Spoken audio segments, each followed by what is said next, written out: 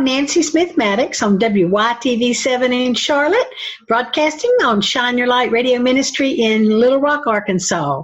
So I'm so excited to have you today. We have a very special guest, a young man, an entrepreneur. And, I always love to have those. And he's going to talk to us a little bit today about protecting ourselves from home invasions. So it's going to be an awesome show. But before we start, I'd just like to talk a little bit about WYTV7 and let everyone know that we are a nonprofit. And we do 501c3, and we do take donations. But we do a lot for the community there in Charlotte. We do, backpacks, meals, all kinds of things. Financial literacy is one of our big things, and also literacy in general.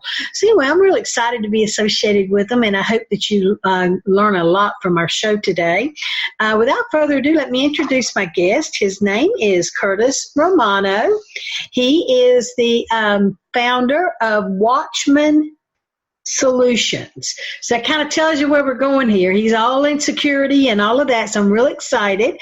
So let's go ahead and get started. Curtis, without further ado, tell us a little bit about you and your company and what brought you where you are.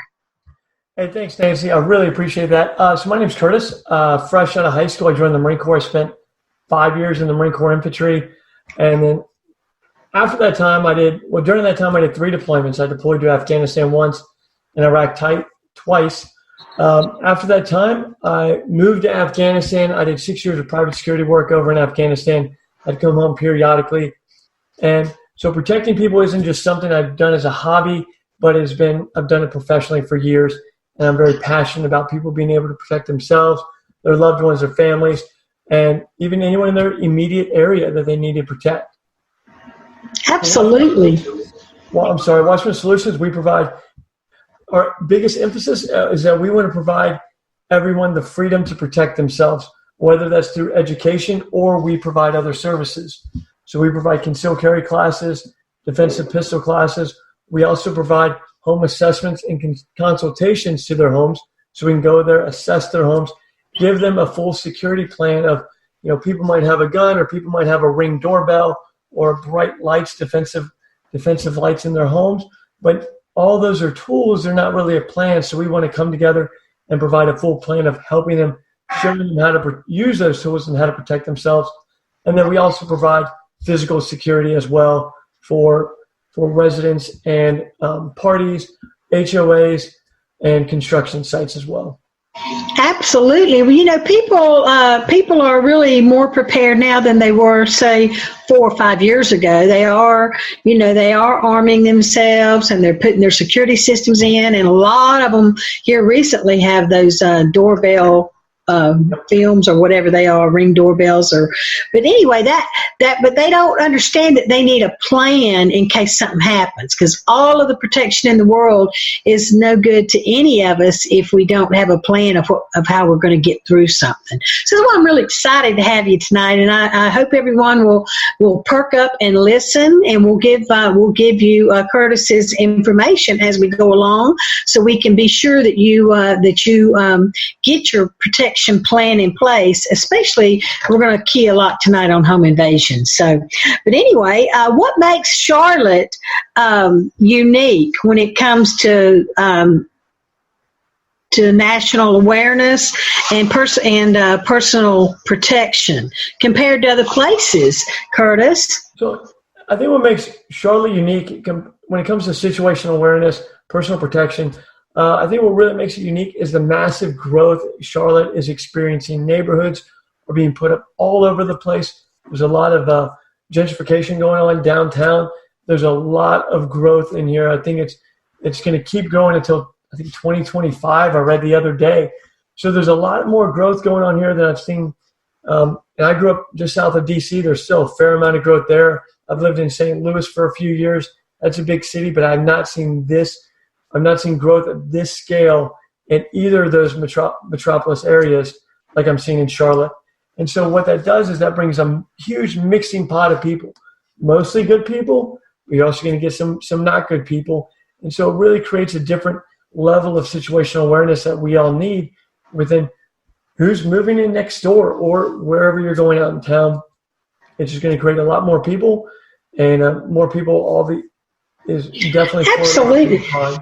And it seems like crime is up too. I think the drug addiction has really taken over a lot of younger people, and they're doing things that normally they would not have done were they not addicted. But we're finding that here. And he said there's a rash. They've had 87 car break-ins in one neighborhood over the weekend. And I heard on the news tonight that there's a break-in problem, car break-ins and car burglaries here in Little Rock where I live too right now going on. So I think that's part of the trend is people are breaking into cars and stealing whatever they can. Theft is huge. In North Carolina, in my zip code alone, 1 in 51 residents, that's not households, 1 in 51 residents are at risk of property theft, especially with vehicles. Not so much stealing the car, but exactly like you're talking about, going in, breaking in at night and grabbing what they can and then leaving. Well, one thing that I heard on the news the other day is that, a lot of us, we have garages, but we park our car in the driveway and leave our garage door openers in our car. Well, if someone breaks in and get your garage door opener, then you're done for. I mean, especially when you don't lock your door when you go in either. You just know your garage door's shut and you're in there safe. But I happen to think about this weekend. I was house sitting my son's house, and I'm like, I had a garage door opener and I was parking in the garage. But I thought, well, if that garage door comes up, so I started taking the garage door opener in with me because I'm like, that's just a little tip that people need to know. Don't leave it in the car if it's parked in the driveway, because that's a way for home invasions to happen. If they get a hold of your garage door opener. So it definitely is. And I always lock, you have that barrier of entry, the garage door, and then you have the next pedestrian door that leads into the house. Definitely lock that. For your husband's sake, even something like those emergency 911 keychains that they use for elderly but even using that as a prevention of a home invasion or an opportunity to notify someone immediately. The cops aren't going to show up right away, but that's going to get some kind of immediate reaction. Wow, I hadn't even thought about that, and that's because he does wear one of those. They're like, he wears a bracelet, and if something happens and he falls or something, he can push that, and the police will be here in no time. And we test it every month, but that's a great idea. If someone walked in on him and he didn't know who they were, he should push that. I had never even thought about that. See, I'll have to train him for that. I don't have a plan myself. But what are some of the great courses of actions to prevent home invasions, Curtis? I think a really simple and cheap course of action that people can do, and just like we're talking about vehicle theft, home invasions, is lighting. Lighting is a very cheap and simple. And so lighting and or cameras combined is kind of your first barrier of entry. If more lights are going to expose the people, criminals are going to prey on the weak. And they're not going to go into a well-lit area because they know anyone and everyone can see them. So having excellent lighting in your house, and you don't want to have the kind of lighting that shines on the house. You'll see that with a lot of, let's say, nicer homes. People have lights on the house to kind of show off their home. What they're really doing is blinding themselves from any kind of threat. And now people going in can see them. But you want light going out, and especially covering the various angles of your house, entrances, your garage door, and having cameras there, and good quality cameras. Definitely, it's worth spending the money on a 1080p quality camera. You look at a bank robbery, and the camera quality is so bad it looks like 5 people I know every time. So you want to have a good quality camera. Excellent lighting is the first barrier of entry. Then you want to look at your doors. Your deadbolt, or the screws in your deadbolt, are they 3 inches long? You're going deep enough into the frame to prevent someone from kicking down your door. And then you want to go from there. Then you want to, so all of your doors, are they deadbolted or have very good locks on them? If you have, a lot of people have the keypad locks. If it's more of that clear glass, make sure you're constantly wiping off your fingerprints, because if you're the only person, you're typing in the same code, your fingerprints may show up on the glass. So they could put a light on that and see what the fingerprints are, that kind of thing, like you're checking a fingerprint or whatever. Well, you can just see the imprints, and you can guess essentially what your code is with minimal guesses. Where if you wipe it off every week, wipe it off, and it's going to prevent people from really being able to guess where that code is. Entering in the house, what's next? An alarm system. Sometimes it doesn't even need to be, let me back up. Outside signs, get an alarm code sign. Even if you don't use that service, ADT sells them for $15 on Amazon. You can go buy an ADT sign, and their studies show that criminals will avoid those houses because they don't want to find out if you have an alarm system or not. They'd rather just not go in there and not ever find out. Wow. So even having those signs, whether you use that service or not, actually an alarm system is a great one, but you can even get alarm systems built into your windows for like $5 from Home Depot. They're not tied in with the alarm system, but they make a lot of noise if you open up that window, a lot of noise. And you can even get door ones like that for your husband. They go to open the door. If your husband knows someone's coming, they can remove it. But if no one's supposed to come, as soon as they open the door, it trips off the alarm and it goes off. It's super loud. It trips someone off. So when your husband leaves the door unlocked, that's a great way to prevent that. Wow, it's awesome. Yes. They're like $15 on Amazon. Yeah. What is your defensive? And a gun is not for everybody. So if you're not comfortable with a gun, don't carry one. But have a plan of defending your home. That's your castle. That's your home. We don't want to just give that up. We don't want to just open the doors from any kind of threat to our family and our loved ones. So having a plan. If it's a firearm, great. Make sure it's accessible to you, to the authorized user, but not accessible to unauthorized users like your kids or people that don't belong in your house. I'm not sponsored by this brand, but Vaultec makes an excellent biometric safe. It's quick and easy to get to, and you can use. I think I'm 90% sure it's 20 fingerprints. Put your fingerprint on there, the gun pops out, you can grab it. Super safe. And if you're not a fan of guns, that's fine. Have a baseball bat. Have something accessible. Have a plan to defend your home. Wow. Also know the laws in your state. In North Carolina, you have to be able to justify that you felt like your life was in danger. If someone is in your home and they're walking out with your TV, you can't shoot them. You can use other uses of force, but if you can't justify that your life was in imminent danger, then you can't shoot them. But if you can justify that, you can use deadly force. So know your state laws and what you're going to do. But ultimately have a plan. Those Ring doorbells, there's other brands out there. Those are excellent sources. You see someone outside and they're not a friend, call 911. So what do you think about these Ring doorbells? There's a lot of controversy about those and the programming and all that stuff. Sometimes it's a false sense of security, right? I think the people that are going to have access to those, I wouldn't say it's a false sense of security because there's video footage of people showing up to your door, seeing you have a camera, and then leaving. Yeah, because they know they've been spotted. So I wouldn't say it's a false sense of security. But you can't count that as your only sense of security. But again, you have to have a plan. If someone's not a friend, you're calling 911, whether you're home or not. There needs to be a plan in place. There is a little bit of level of privacy you might be losing, though, too. And so you need to be aware of that. Look into the companies you're using. Look at their privacy policies and find one that you're comfortable with.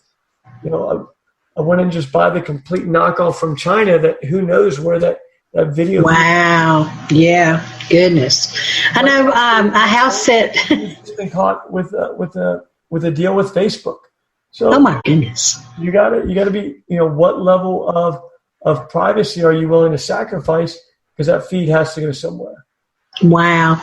I know I house set my son's house this weekend, and my 15-year-old grandson was with me, and the doorbell rang, and I got up and hopped and went going. No. We have to check to see if we know who that is. Oh my goodness. Okay. Because I'm just, as a kid, I remember someone knocked on the door, no one questioned it. No. No one was here. Now, yeah. 9:30 at night, 9:30, I had a UPS guy one time banging on my front door, and not just a casual, hey, potential friend, like there is an emergency banging on my door. I guess maybe just needed to be loud. I don't know. Ended up being the UPS guy, but I've heard of people knocking on doors 2:00 at night saying they need to make a call. Don't answer that door. If you need to go to the door, have your weapon of choice nearby you and don't answer it. Talk through the door. Do not let someone in unless they are saying they're a police officer with a warrant and they bring their bags and more through that window. Yeah. Peepholes through the doors are also great tools. Mm-hmm. Exactly. Wow. So what are some of the security measures that most people don't consider, Curtis? A really underrated security measure that people don't consider is who they hang out with and where they go. The outside of in a home invasion, but even wherever you're going around town, you know the areas that are going to be sketchier than others. Avoid them. The people you hang out with, who are they hanging out with? What are their influences? And look at your circle of friends. If you notice that some friends are not heading in a good direction, and it's to the point where you're not able to pull them out of that dark place or whatever kind of direction they're going, you're going to break ties sooner than you're more comfortable with. Just the fear of eventually them going down a bad path, and they know what you have in your home. They've been in your home plenty of times. Your dogs might be comfortable around that person, so they're not going to, if they were to break in and steal something from you, they're not going to sound an alarm. Who you hang out with is huge and vital for your protection. If you're not hanging around good influences, then you really don't know. I think there's a good degree of sometimes over-trusting the wrong people. And who you hang out with and where you go is absolutely important to protecting yourself, your home, your family, your loved ones, in any of those situations. Wow. Well, that's not new now, because I can remember, I'm old, and I can remember when I was a teenager, my mother and father harped about, you are who you run with. So don't run with the wrong people, because you wind up getting the same punishment they do.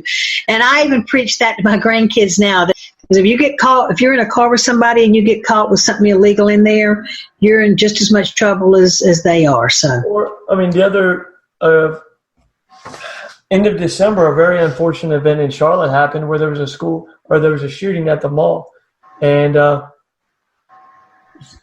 between two people that ended up in an altercation at from what I understand, a video game store, and then the shooting happened out in the parking lot. And unfortunately, at some point, someone must have been friends with that shooter. And imagine being friends with someone is going down a dark path, and then they end up, and the shooter actually didn't even shoot the person he was aggressing towards, and unfortunately killing a 13-year-old girl. Very unfortunate situation. But being around in that situation, anybody could have been shot, and that's an unfortunate event. And the community has done an amazing job of trying to help out that family, from what I understand. But taking those situations, as we grow up, it is about who we hang out with is vital, because it might not even be an immediate person in that circle, but someone you're hanging out might tell someone else, oh, I went over to this person's house. They got all this other stuff at their house, and they're telling the wrong crowd as well, and then that leads to a home invasion. So if you have a home invasion are there any tips you can give us if that happens? Can you think of anything that we can do at that point in time? Yeah, in the event that happens, in North Carolina, you're allowed to shoot. You can essentially shoot through your door. Someone's trying to come in my door, I can call it, get 911 on the phone, grab my firearm, say, hey, I got a gun. If you keep trying to come in here, I got a gun. I got 911 on the phone. If you keep trying to come in, I'm going to shoot you. Having an ultimate plan is no different than having a fire drill. Have a plan. Regardless of what that plan is, get a plan in place. You could have a fire extinguisher next to your kitchen. If you don't know how to use it, or if you don't have a plan for when to grab it, at what point do I use the fire extinguisher, then you're not going to be put in a successful situation. Have a plan is the most vital thing. You could have all the tools in the world without a plan. It's nothing. Absolutely. Wow. So what can someone do in the case of domestic violence or protective order situations? Let's talk a little bit about that. Yeah, in a protective order situation in North Carolina, I can only speak for North Carolina because I know the laws. Go to your sheriff's office and go get an emergency concealed carry permit. Okay, and if you're in the Charlotte area, contact me. your permit will only be good for 45 days, your emergency permit, contact me. Let's get you through a concealed carry class right away, so that way when you apply, you can then get, you'll be able to carry more than those 45 days. You'll be able to carry for 5 years, but that way you'll get the opportunity to protect yourself longer. If your situation's that dire, 45 days potentially will not be enough to protect yourself. Okay? Wow. Goodness gracious. So, what about if someone's in a protective order situation and say they have a protective order against someone? Are there any tips you can give us for how to protect ourselves in that manner? Yes, surround yourself. It's kind of the opposite of who you hang out with. Surround yourself around people that have your safety in mind. Because if you don't, and you'll know who those people are. Those people, honestly, will probably be ragging on you the most about doing the right things. Those are the people you want to, because they care about you. Those are the people you want to surround yourself with. The people that care about your safety is going to be all about you coming up with a plan. Yeah, absolutely. So let's talk a little bit about Watchman Solutions and what you do and what kind of services you offer that can help prevent home invasions and imminent dangers in the Charlotte area, because that's the laws, you know. So things we do a concealed carry class, and if you have a concealed carry permit, we offer basic defensive pistol classes and advanced defensive pistol classes. So more advanced stuff beyond just getting your permit, because your permit's just not enough training. After that, we do in-home consultations. We do an assessment of their home and then provide a consultation afterwards. And then we also offer actually security for neighborhoods, HOAs, apartment condo complexes, and also construction sites. Well, mainly for the home invasion stuff, we do HOAs and condos and apartment complexes as well. Physical security in those areas. Right. So back to this plan of what you do. I guess it's a home invasion plan or whatever, emergency plan, whatever you have. So you actually counsel people. You go into their homes and counsel them on how to set up their plan. Yeah, we'll go to their home. We'll do a full assessment. I mean, we're not going to counsel them yet. We'll do a full assessment. We'll look at things like the deadbolt. Look at their lighting. Everything and more that we previously talked about. Go through all that. We'll even give them a full review of, hey, these are sexual predators within your 5-mile radius. This is a crime database within your 5-mile radius. And we'll do a questionnaire, give an idea of, believe it or not, most murders happen from people that know each other. Kind of get an idea of, hey, is there anyone that you might think want to harm you? And then after that, we'll come back to the office, give them a full plan, give them a full report, and give it to them in digital and in writing of things they can do, and we'll coach them on that, of how to implement their plan to protect themselves. And does your company do any kind of group broadcast or seminars or anything like that? So if people want to come out and listen to what you have to say, do you do anything like that? Yeah, we are going to do some safety and awareness training coming up, and we'll blast that out pretty soon. And we also offer, we're going to be doing a seminar pretty soon with church security leaders. We're going to start doing church security training as well, armed and unarmed. And so wow, that's awesome. To the leaders as well, give them some good pointers as well to help protect the congregation. Well, I think that's really needed, because everyone thinks they're in a safe haven in church, and as we well know, that's not true anymore. There's too many times. In the Old Testament, they had guards at the temples. Mm-hmm. So it's not a new concept.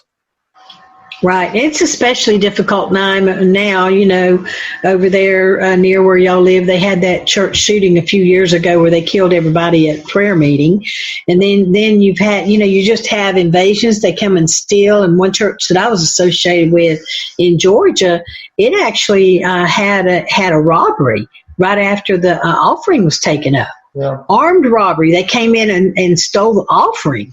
Yep. So, that kind of stuff is just, and it all reverts back to the type of situations that people get in where they just need money. They need money, and most of the time it's for drugs. So it's so sad. It's It's really sad. So, well, tell us a little bit about your contact information, how we can reach you, if anyone wants to call and talk to you. And then I want you to please get us a copy of your schedule for your seminars, if you have it, so we can put it up on our show. Okay? Absolutely. So you can contact us. Watchmansolutions.net is our website. My email address is curtis@watchmansolutions.net. Our Facebook and Instagram are Watchman Solutions 1 is the handle, or at Watchman Solutions 1 is our Facebook and Instagram handle. Well, that's great. Now, thank you so much for being with us today and sharing all that good information. And for all of the viewers, please take note and listen and watch again and listen, and make sure that you have a plan in place. Make sure that you discuss this, especially with your children, because you just don't know what you don't know, and we don't want anyone that's viewing our shows to be a victim of anything like that. So that's why we put out shows like this. So I thank you so much, Curtis, for being with us and sharing with us with Shine Your Light and WYTV7 this. And so we'll probably be in touch with you again to try to give us more tips about other things that we really didn't have time to talk about. So thank you so much. Thank you so much for having me, Nancy. Have a good day. Okay, thank you. Thank you so much, Curtis.